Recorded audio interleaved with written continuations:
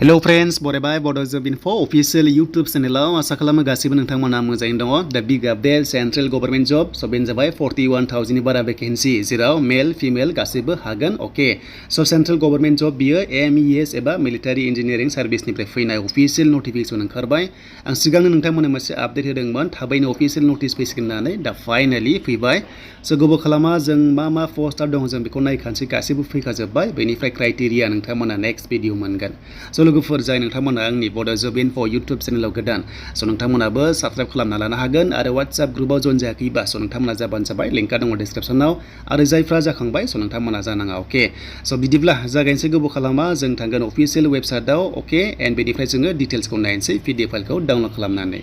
स' फाइनाली आं फैबाय अफिशियेल वेबसाइटआव एन्ड बेनिफ्राय बेयाव नोंथांमोना नुनो मोनदों मिलिटारी इन्जिनियार सार्भिस 1851 आव एस्टाब्लिश जानाय स' बेयाव नोंथांमोना आर्म ब्रान्च मोनदों ओके बे जाबाय नोंथांमोना मोनदों आर्म फोर्स नाय दङ मोनसे स' नोंथांमोना बेनि गेजेराव साख्रि मोनगोन सिभिलियान जा बा डिफेन्सआनो जा स' बिदिब्ला जों नायनोसै बे पोस्टआ मा सिस्टेमाव फैदों आरो नोंथांमोनाहाय माबादि क्राइटेरिया स' बेनि सायाव भिडिअ मोनलांबाय थागोन बड' जब इनफो YouTube चेनेलाव दा पोस्टआ 41,000 नि बारा अलमोस्ट जोङो 42,000 खौनो लानो हायो स' बिदिब्ला जोङो अफिशियेल नोटिफिकेशन डाउनलड खालामनोबा स' नोंथांमोना गाहायाव फैनांगोन स्क्रल डाउन खालामनांगोन ओके एन्ड बेनिफ्राय जोङो डाउनलड खालामनानै लानो हायो स' बेनिफ्राय नेक्स्ट भिडिअ फैगोन आसाम पुलिसनि रिलेटेड भिडिअ फैगोन कमान्ड' SIA UB कनस्टेबल दा बेयावनो स्क्रिनाव खारगासिनो दङ नोंथांमोना बे स्क्रिनावहाय स' नुनो मोनदों बेयाव डाउनलड खालामबानो स' नोंथांमोना अफिशियेल नोटिफिकेशन डाउनलड खालामनानै लानो हागोन स' बिदिब्ला आङो बेयाव डाउनलड खालामसै ओके बेनो जाबाय नै फार्स्टनि अपसन स' फार्स्टनि अपसन 17 जुलाइआव बेयाव पाब्लिश खालामदों नोंथांमोना बेयाव क्लिक खालामनाय लोगो लोगो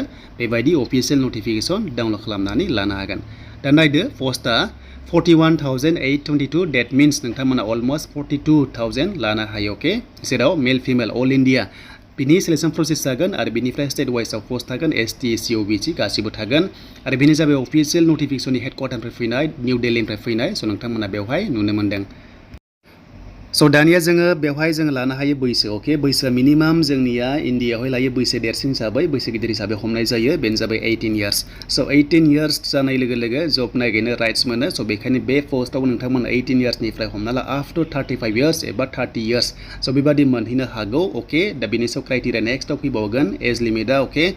बेनिफ्राय क्वालिफिकेशन गासिबो डिटेल्सआ फैगोन दायो बेयाव ओंखारथ'वाखै बे पोस्टआल' ओंखारग्रोदों ओके स' बिदिब्ला नोंथांमोना नायदो नै माखासे पोस्टआ बेबादि सिस्टेमाव दङ गासै 7 पजिशन्स दङ जों बेखौ नायगोन गोबाव खालामा दा फार्स्टनि पोस्टआव नोंथांमोनाहाय ग्रुप A मोनदों दा बिनि केडारावहाय स' एसे पोस्टआ खम नाथाय बिनि क्राइटेरिया फरायनाया एसे गोजौ लेभेलनि जानो हागौ स' बेखायनो पोस्टआ खम एन्ड बेनिफ्राय सेकेन्ड अफिसाराव नोंथांमोना स्ट'र अफिसार मोनदों 120 बेयावबो एसे लेभेला बारा जानो हागौ एन्ड बेनिफ्राय थार्डआव मोनदों सुपारभाइजार ओके दा बेयाव नोंथांमोना 534 हमना ला बेयाव हायार सेकेन्डारि फार्स्टनिफ्राय जों लानो हायो एक्सपेक्टेड स' बे नोंथांमोना क्राइटेरिया नेक्स्टआव मोनगोन बेनिफ्राय डक्समेन मोनदों 944 भेकेन्सि बेयावबो हायार सेकेन्डारि फार्स्ट एबा स' नोंथांमोना 12 फार्स्टनिफ्राय मोननो हागौ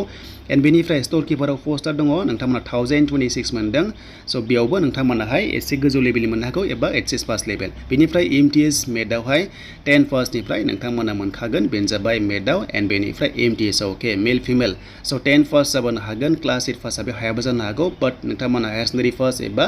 10 फार्स्ट नोंथांमोना हाखागोन नाथाय बेयाव पार्सेन्टनि गोनांथिबो थानाय नङा स' बेनोमोन आरो नोंथांमोननि पजिशना गासै 7 दङ नोंथांमोना बे MES नि आन्डारावहाय 41,000 नि बारा भेकेन्सि आरो बे जाबाय अल इन्डिया भेकेन्सि गासिबो हागोन एन्ड स्टेट वाइसआव पोस्ट थागोन आरो जेब्ला बिनि क्राइटेरिया डिटेल्सआ फैजोबो स' नोंथांमोना आंनि बड' जब इनफो YouTube चेनेलाव मोनबाय थागोन थ' बेखायनो जायफ्रा चेनेलाव गोदान स' नोंथांमोनाहाय साबस्क्राइब खालामना लानो हागोन आरो बे भिडिअखौ हानायसेबां शेयार खालाम जाहाथे बयबो बर'फोरा मिथिनानै स' एप्लाइ खालामो मानोना सेन्ट्रेल गभर्नमेन्ट जबआ मेक्सिमाम बर'फोरा एप्लाइ खालामा स' गोबां थालाङो पोस्टआ STआव स' बेखायनो नोंथांमोना शेयार खालामना होयोब्ला मोजां जागोन स' बेनोमोन MES नि माखासे आपडेट नेक्स्टआव क्राइटेरिया डिटेल्स फैयोबा थ' नोंथांमोनजों नेक्स्ट भिडिअ लाना फैगोन